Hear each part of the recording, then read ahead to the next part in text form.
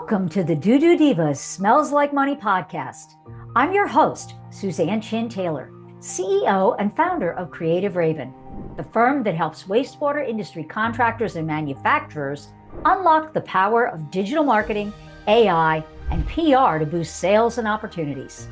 Whether it's through our online marketing and lead generation programs or providing a fully outsourced marketing department, we are passionate about helping businesses in the wastewater and civil infrastructure sectors not just survive, but thrive in today's digital world.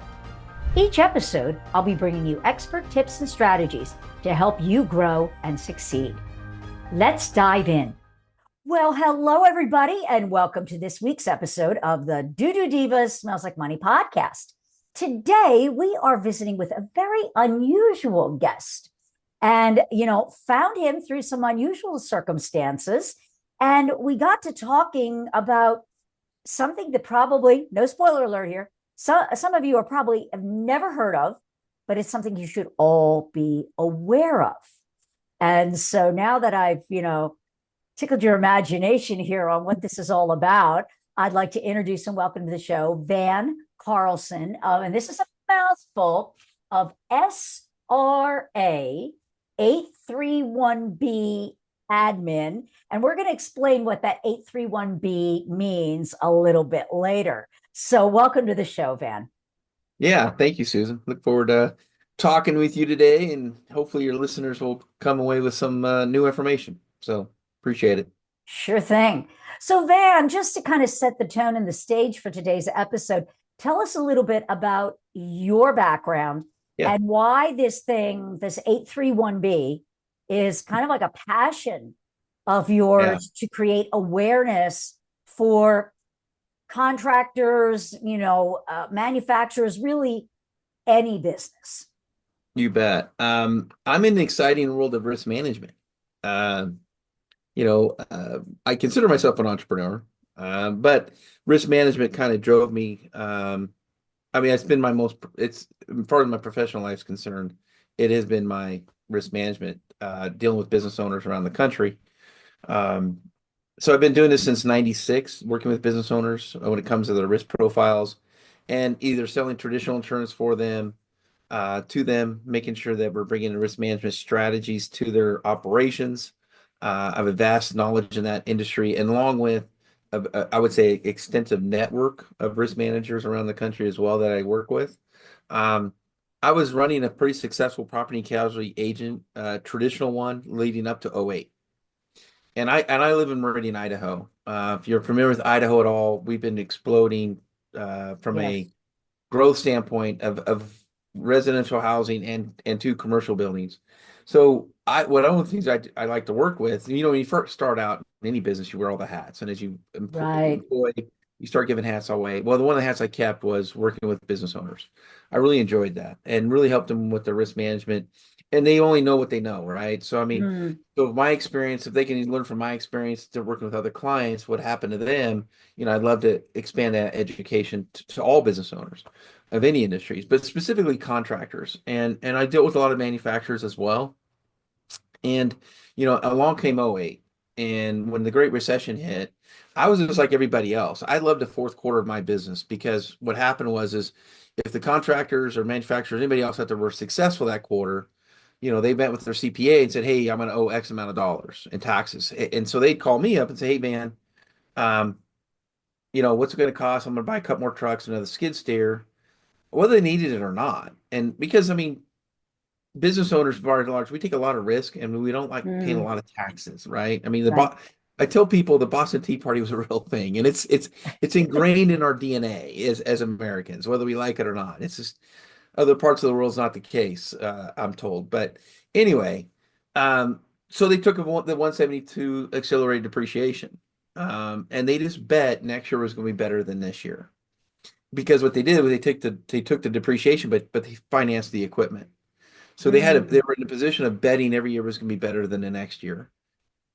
And then here come the Great Recession, right? And so those same clients that were mine, the family ran businesses, the people that sponsored the little league, the football teams, pillars of the community, were finding themselves being auctioned off. And just because, they got into a hamster wheel.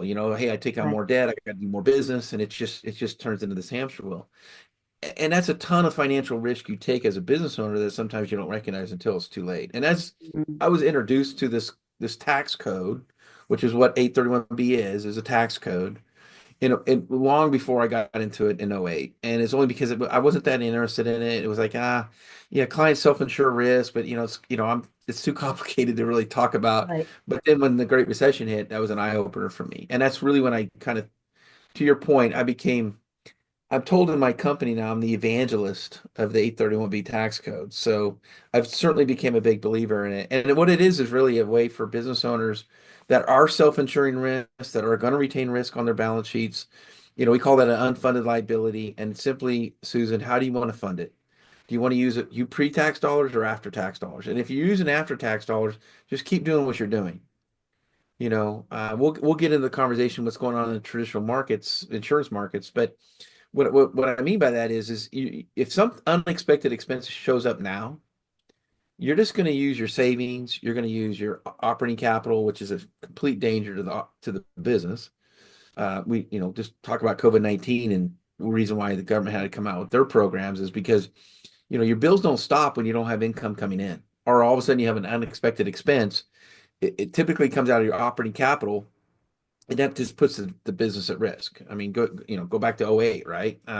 So all of those things kind of mix in my mind when I bring this to business owners. Like, there's a better way to position dollars. If you have a tax Right. bill, just taking a little bit of all that and parking it off to the side is not only good risk management, it's also good business. And that's really what we're here to do, is educate the business about this. When it comes to the code has been around for a long time. We're coming up on 40 years. I mean, it was introduced in the 1986 Tax Reform Act. The 831B was, and it's very similar, eerily similar to what's going on today in the insurance market. Back then, it was a little different. There was more liability claims going on. It was the first time we became more of a litigious society. Was it really in the 80s? And insurance companies were being hit all over, and so they really started tightening down their underwriting, increasing costs, and then Mm. also really scrutinizing the client. If you had a claim, there's a good chance you're going to get non-renewed, and the following year you couldn't get insurance. I ran into clients, kids of clients, that had their fathers lost their businesses because they couldn't get insurance in the '80s. I mean, it was a dramatic, and I hate to say this, but not to be overly dramatic here, but I see the same thing going on in this decade and in the foreseeable future, where business owners, just be thankful you got an insurance policy to some degree, especially the more specialized you are in certain Mm. industries. It's going to get harder and harder to find insurance. So getting back to this 831B, how can contractors and manufacturers in Mhm. this space, our industry, which in many cases it can be very dangerous work, it can be high risk. How do they take advantage? It sounds, when you think about tax code, your eyes begin to glaze over, at least mine do. Is that how do you begin to use that to your advantage to help you with risk management? And then I would think the second part of risk management is, are you overinsured, or are you insured properly? And even more important, are you underinsured? And that's Yeah. what I want to, tackle in the second half of that. But let's let's start with this tax code and how Yeah. these owners can use this to their advantage. What are some of the simple ways that they could get started? Yeah, absolutely. So we as SRA 831B admin, think of us no different than a 401k administrator. We're here to admin your plan, and your plan has to look and feel and operate like an insurance company. So our core competency as a company is to manage insurance companies, and we do that on behalf of all these owner operators, right? We're not here to complicate the business owners' lives. When I tell clients, "Hey, you want to own an insurance company?" Well, why would I want to do that? Um, one more thing I got to deal with. Well, no, we're actually a pretty good complement to them. We don't complicate their lives. We're a pretty good complement to how we handle it. So first and foremost, the big item in here is, and I was talking about that earlier with leading up to '08 with the accelerated depreciation. Business owners have not had an incentive to save money. They have always had incentive to spend money. Yes. 831B allows you to still spend it, which means we'll create a premium, we'll create policies, we'll create an insurance company off to the side, and we're still creating expense at your operating company level. It's as if you bought equipment, but you did not leverage. So now we can create additional expense at your operating company level, expense those dollars out, those premium dollars, no different than the work comp, general liability, property coverage, Okay. premium on your commercial autos and all that. We're expensing all that, right? Under the 162 line item deduction of your tax return, necessary in order of business expense. We're creating an expense in your operating company, and now we're dumping it into your 831B plan. Again, that box needs to look and feel like an insurance company. That's what we do. We want to make sure those dollars stay tax deferred because that's the gravy on the deal. It's no different than the 401k. My contributions to my own plan are deductible at my company level. But Right. I don't, but the 401k plan says if you're doing a traditional one, it's going to stay tax deferred, right? You're not paying taxes on those dollars today. You will in the future. Meanwhile, you just got a lot more money to invest. And it's the same concept here. If you're self-insuring risk, you're just going to have a lot more based on our program. You're going to just have a lot more dollars to handle that risk. Okay.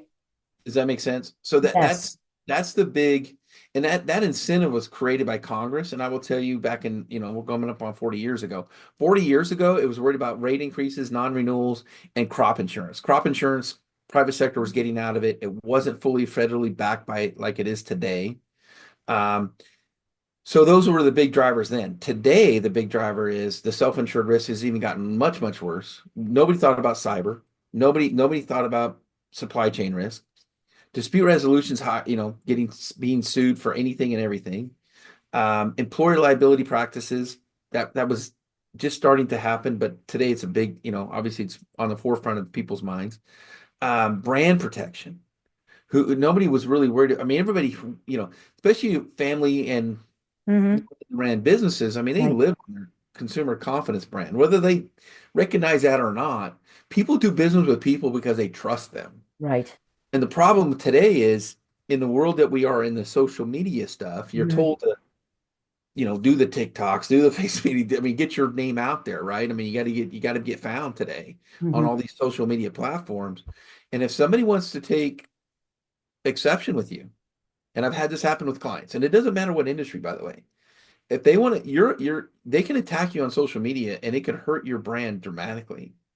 That wasn't even a thought about 40 years ago, right? I mean, Yeah.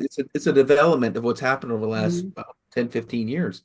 Um, so all this complication of risk, and then and then you look at traditional insurance. When you look at traditional insurance today, it's unfortunate, but more and more business, to your point about overinsured, underinsured, or insured at all properly. Insurance companies have a tendency, they have a box and you need to fit in that box. And whether you don't fit in that box or not doesn't really matter. They're just looking for a classification code to classify your business in. But it's the one glove fits all mentality. And a lot of times, the more unique you are as a business owner, the more unique services you offer, more than likely, the more gaps and exclusions you're going to have on your policy. So we as a company, we do a full assessment of our clients' insurance policies. We actually run them through AI called Legal On, and we specifically are prompting it to asking some of the holes in this policy? What are some of the exclusions?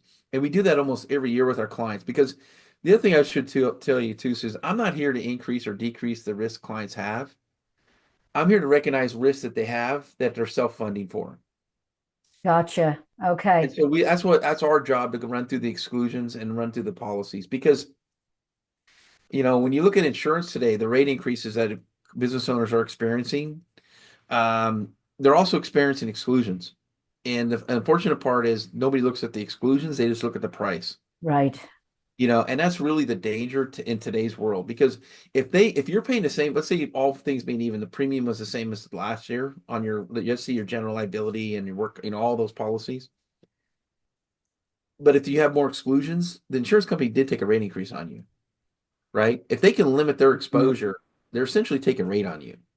It just doesn't look like it on the front end. And so that's why it's really important. One of the things I think leading up to this podcast between our conversations, we wanted to really make sure that business owners understood that I know it's a boring subject, all Yeah. right? Yes. But I would tell you risk management in today's world, as complicated as it's gotten, and it's going to get more complicated.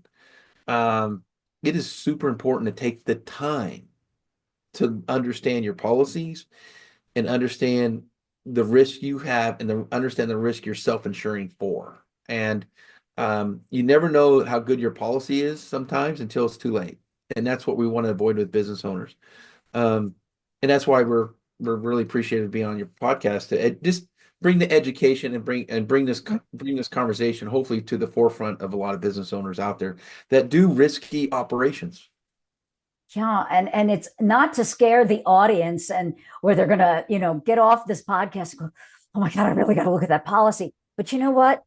Maybe, it's not like you're running to a fire right now, Yeah. but like you were saying, take that time and read through.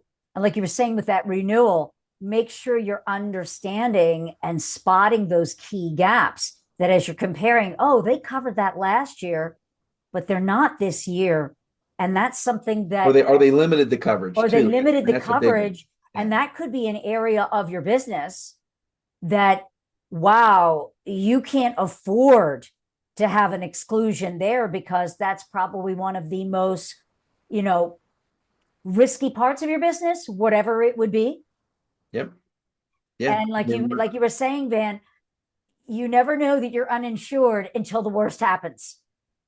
And so I love how you were saying this 831, this allows you much almost like I'm seeing it. If you think about it, some people are probably familiar with the HSAs, the health savings That's accounts. exactly So it's right. working like a health savings account. So if you can't get that coverage you need from your insurance company, here's a tax benefit to make sure that you've got those gaps covered. And Yeah. hopefully you're never, ever going to have to use it because you're never Yeah. going to have that worst happen. But we all know Murphy's Law. Yeah. Worst is going to happen and at the worst possible moment. You hope it doesn't, but things do happen. And let's face it, we in this industry, we do tough jobs. We work in very dangerous environments sometimes. And so all best intentions, things happen. No, I would tell you when I was selling traditional insurance, I mean, it would bother me when I would tell, especially business owners, that, hey, this is not going to be covered and here's why. Or two, if you submit this claim, here's the repercussions of it. Is it something you might just want to take care of in-house?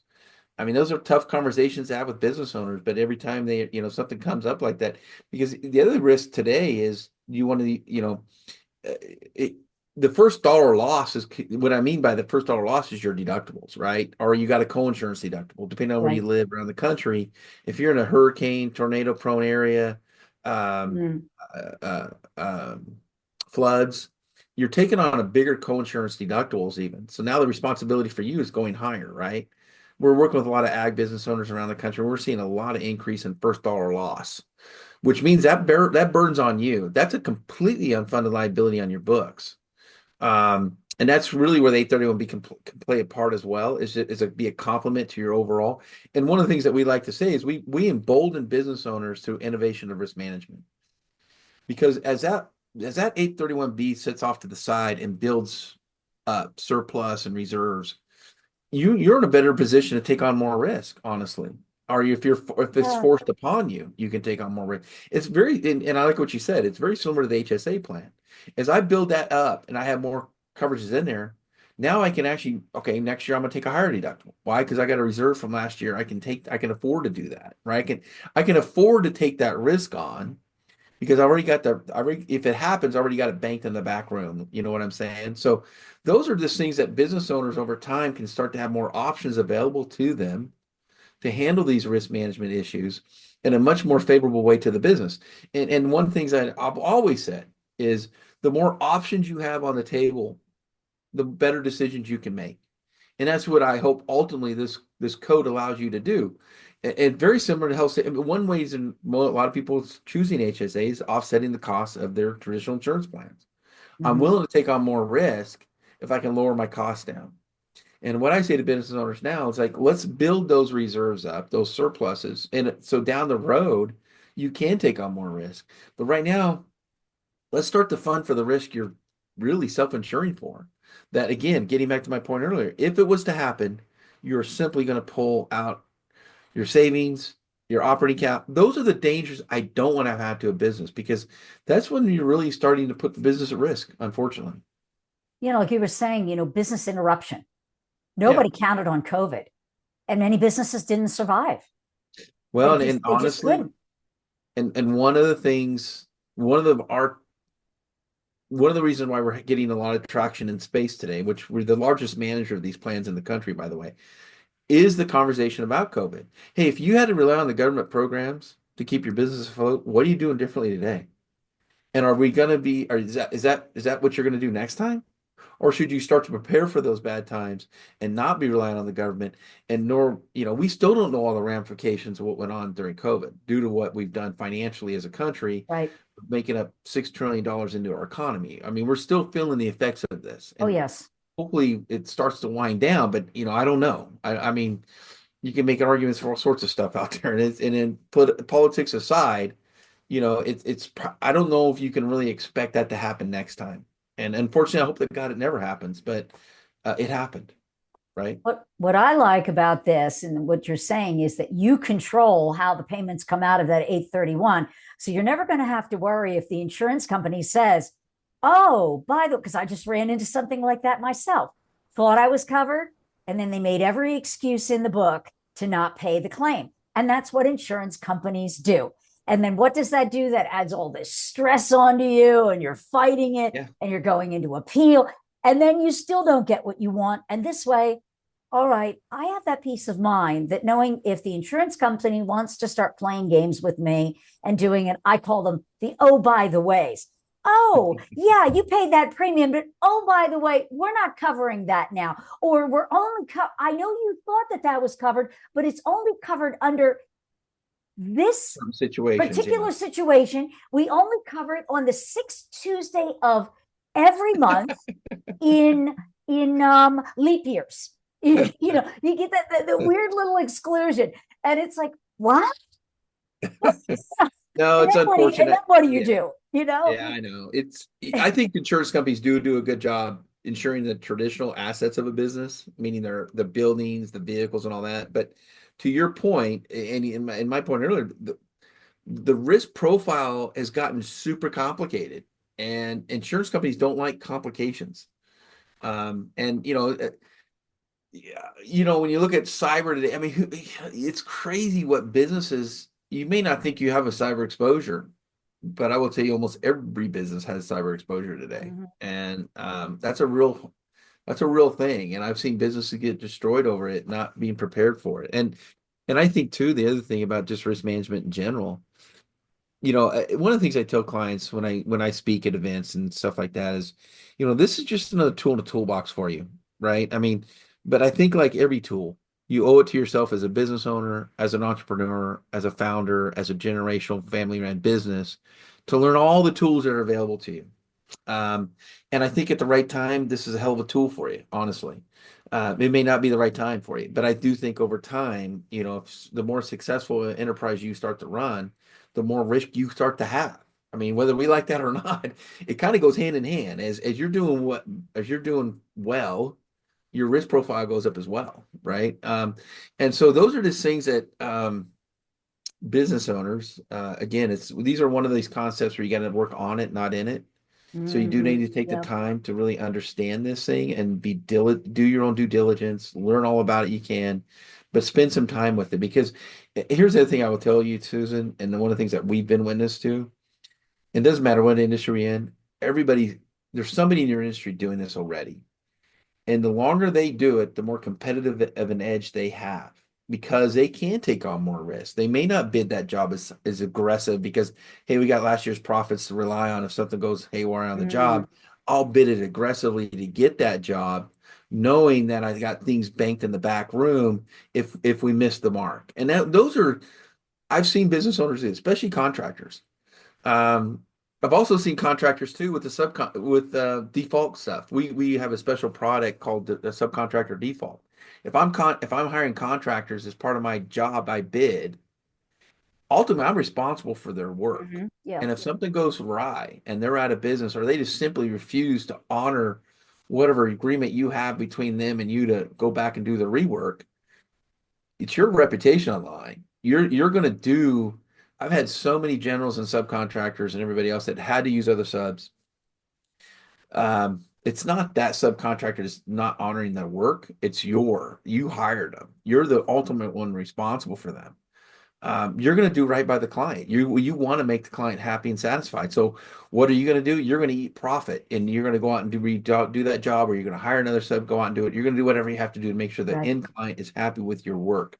And those are just a tremendous amount of risk we take, as any business takes on that, and when you deal with those types of situations. And again, that's a hugely unfunded liability on your books.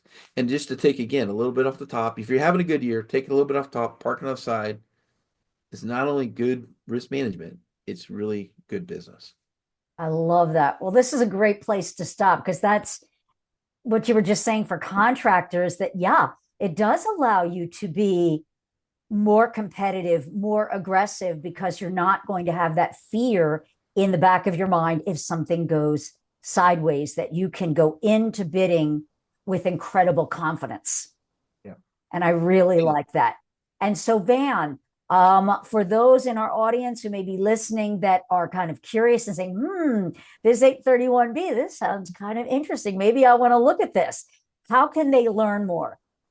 We happen to have 831b.com as our main domain. And we'd really designed that website as an educator. Obviously, there's outside sources to go after, and it's becoming more and more well known. I mean, your CPAs are becoming more and more aware of this. A lot of your CPAs don't even know about this code, but the awareness is coming, and it's only because what's driving in the traditional markets is really driving this issue more than anything. It's not so much the tax advantages. It's what we're dealing with today in the market. So I would say 831b.com is the best place to start. I'm Van at 831b.com. Always welcome to take a direct email. We're here to help and educate. Like I said, it doesn't take us long to run through policies. If people don't, if I have a hard time sleeping, I will always pick up an insurance policy because I can almost instantly pass out from trying to read one. But now that we have artificial intelligence doing it for us, we can actually get through it pretty quickly. And so we normally take a lot of the policies in, we underwrite for that, and we basically do an assessment of risk, free on behalf of any client, of any business owner. And coming back with a summary of what's going on there. So those are kind of the starting points with us when we start to work with clients. But no, 831b.com, learn more about the code. You're going to hear more and more about it going. Our 10-year plan as a company is to make this synonymous as a 401k, meaning it just becomes a normal business practice. Certain levels, when you get to certain levels in business, okay, it's time to have an 831b. Hey, it's time to do a 401k. As we grow and mature as a business, we want to add more benefits and all that kind of stuff. And that's kind of where we're at in that realm. Great. But yeah, definitely educating yourself on 831b.com, I think, is something you owe it to yourself as a business owner to do. And I will share with you listeners, when I first met Van, of course, I checked it out. And I just have to let you know, this is not a typical boring website. As a marketer, I told him early on, kudos to you, because the copy on the website is very engaging. It's very interesting. It is not, the type of insurance jargon where the eyes are going to, glaze over and you feel like you're reading a foreign language. It's very insightful. It's very well done. I will tell you, I got sucked in, and it wasn't even something I was even remotely interested in learning about. I wanted to learn about it before bringing him onto the show as a guest. But I got sucked down that rabbit hole and started thinking to myself, wow, more people need to know about this. So I encourage you to go and check it out. You will not be bored, and you will walk away with more knowledge and just a deep understanding of whether this is something you should really take a look at for your business, and maybe how do I get started. And so, Van, I want to thank you for coming on the show, sharing all of your knowledge with us. It's been great. And, I learned a lot today. So thank you very much. Thank you, Susan. All right. And thank you, audience, for tuning in. And until next time, keep it flowing. Thanks for tuning in to today's episode. If you're ready to take your marketing to the next level and start increasing sales and opportunities for your business, reach out to us at Creative Raven. We're here to help you thrive in the digital landscape. Visit creativeraven.com or click the link in the show notes below to schedule a call and learn how we can support your growth. If you enjoyed the insights on today's episode, be sure to hit subscribe so you'll never miss an update. Until next time, keep growing and keep it flowing.